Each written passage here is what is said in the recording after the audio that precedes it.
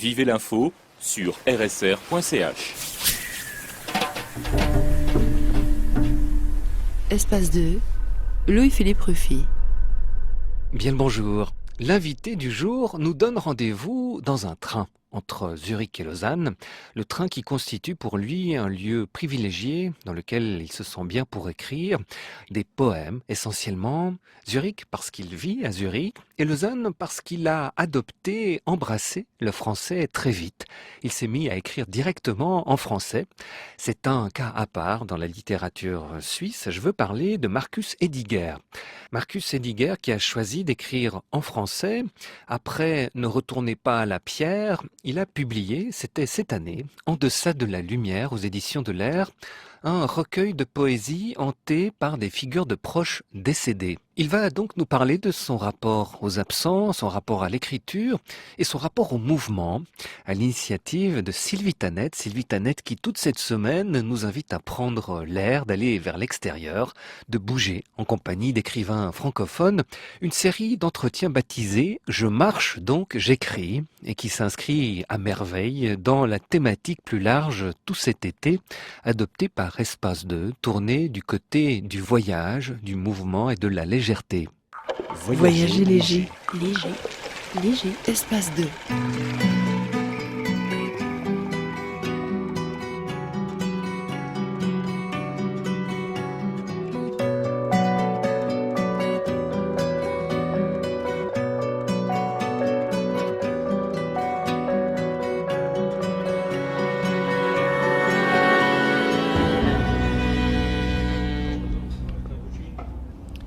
Alors nous voilà dans le train, Marcus Ediger. Pourquoi vous m'avez fait venir ici? Mais c'est parce que vous m'avez téléphoné. Vous m'avez dit si j'avais quelque chose à faire avec la promenade, la marche. Et puis j'ai dit oui, que j'écrivais surtout, pas en marchant, mais en voyageant. Et surtout dans les trains. Et vous ne marchez pas? Oui, je marche, mais peut-être un peu moins. J'aime bien me promener, mais en compagnie d'amis. Et puis j'aime bien m'asseoir aux terrasses des cafés ou dans un café, ou des fois j'écris aussi, parce que ça rejoint presque mes débuts, quand j'allais toujours écrire dans un café. Parce que le brouhaha m'inspirait.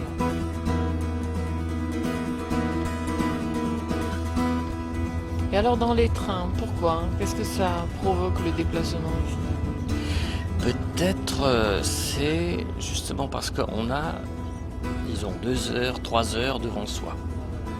Donc il faut occuper son temps. Je ne dis pas que je ne fais qu'écrire. Je sors un livre, je commence à lire. J'écrivais mon journal autrefois. J'écrivais des lettres. Enfin, tout ce qu'on fait maintenant par ordinateur, je le faisais par écrit dans les trains. Et maintenant, non mais c'est vrai, j'ai écrit la plupart de mes poèmes en voyageant, au wagon-restaurant, là où on est maintenant. Mais vous voyagez beaucoup, Marcus Ediger? Oui, comme j'ai un abonnement général en Suisse, donc je voyage facilement. Je vais à Genève voir mes amis, ou à Lausanne, ou je vais dans le Tessin, ou ailleurs. Et puis voilà. Puis là, je profite des 3 heures pour aller entre Zurich et Genève pour écrire, quelques fois. Mais est-ce qu'il vous arrive de prendre un train, Marcus Ediger, uniquement dans le but d'être tranquille et d'écrire au wagon-restaurant? Oui, il m'est arrivé. Oui, je me souviens que en 07, j'avais commencé, j'avais accompagné un ami à l'aéroport de Zurich, et alors de retour en ville, j'ai pris un train et j'avais sorti le cahier pour continuer quelque chose que j'avais commencé à noter. Eh bien, au lieu de descendre à Zurich, je suis allé jusqu'à Genève. Et je suis descendu à Genève, je me suis fait couper les cheveux. J'ai repris le train et j'ai continué. J'avais 6 heures d'écriture. Et à la fin, je crois que j'avais presque fini le poème. Il faut 6 heures pour écrire un poème? Non. Alors là, j'ai eu un coup de chance.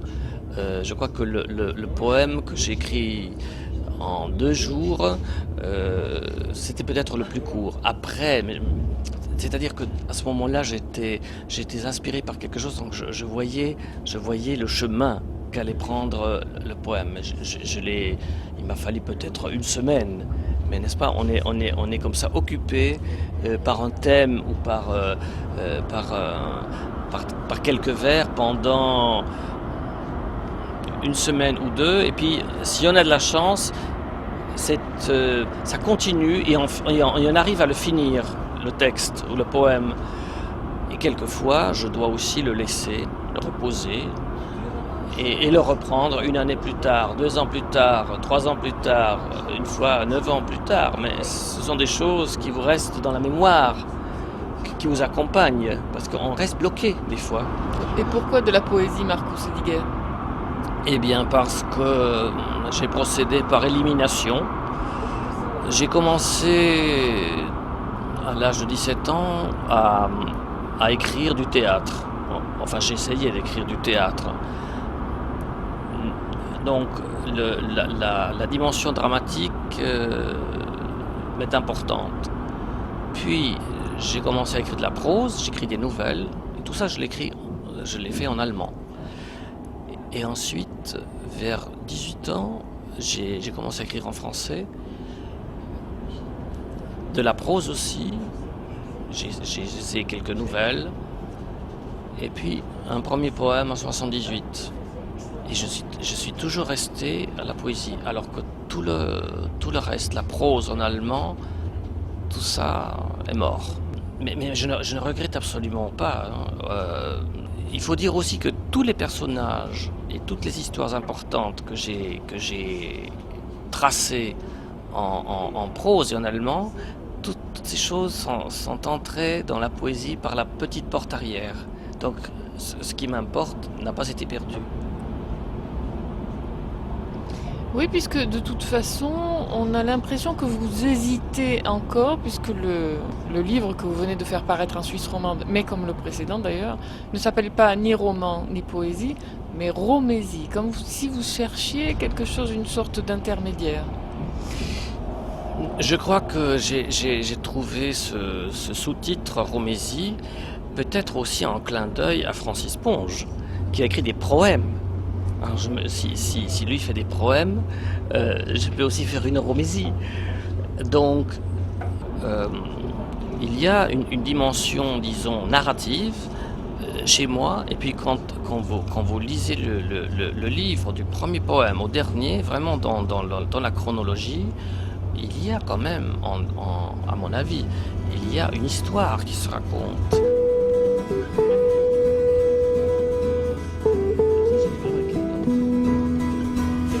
Dans un train qui vous permet d'écrire Marcus Ediger, ou c'est le fait de traverser ces paysages-là? Pourquoi toujours ce trajet de Zurich à Genève? Ce n'est pas forcément de Zurich à Genève. J'ai aussi beaucoup écrit dans les trains de Zurich à Milan, par exemple, ou de Zurich à Stuttgart, ou de Zurich à Paris. Il faut que quelque chose bouge autour de moi pour que moi-même je sois mis en mouvement. Chez moi, quand je mijote chez moi, il ne se passe presque rien. Et donc, ce n'est pas seulement les trains, j'écris aussi dans les trams, et j'ai aussi écrit dans les avions. Donc, c'est toujours les voyages. Je crois que c'est important de se déplacer, voir autre chose. Et c'est pour ça que j'aime le wagon-restaurant, parce qu'on peut s'asseoir, on peut étaler ses choses, mettre son cahier, son livre, ses plumes, enfin tout ce dont on a besoin. Mais le paysage donc n'a pas une influence particulière sur ce que vous écrivez? J'ai écrit un poème où il y a quelque chose, où je décris une petite maison qui se trouve entre Côme et Milan, qui est toujours sur la gauche et que j'attends chaque fois. C'est une petite maison complètement en ruine, une maison en briques, et qui est mangée par des sureaux. Et ça, c'est une maison absolument magique pour moi, parce que j'aime la brique et j'aime les sureaux. Et c'est pour moi un lieu absolument extraordinaire. Et vous n'avez jamais pensé vous y arrêter? pu aller voir? Oui, bien sûr, mais parce que c'est un peu compliqué pour y arriver, je crois. Parce qu'à ce moment-là, je devrais longer la voie et je ne sais pas si... Non, je crois que c'est un lieu qui restera toujours comme ça, un lieu que j'épie, que j'attends qu'il passe. Et j'ai pris des photos, plein de photos chaque fois à l'aller, au retour. Mais oui, je me suis dit je devrais m'y arrêter une fois pour voir. Mais il faudrait que ce soit au printemps parce qu'il faut que les sureaux soient en fleurs. Et là, Marco Sédiger, dans ce trajet que l'on fait ce matin de Zurich à Lausanne, qu'est-ce qu'il y a comme étape marquante? Eh bien, on passe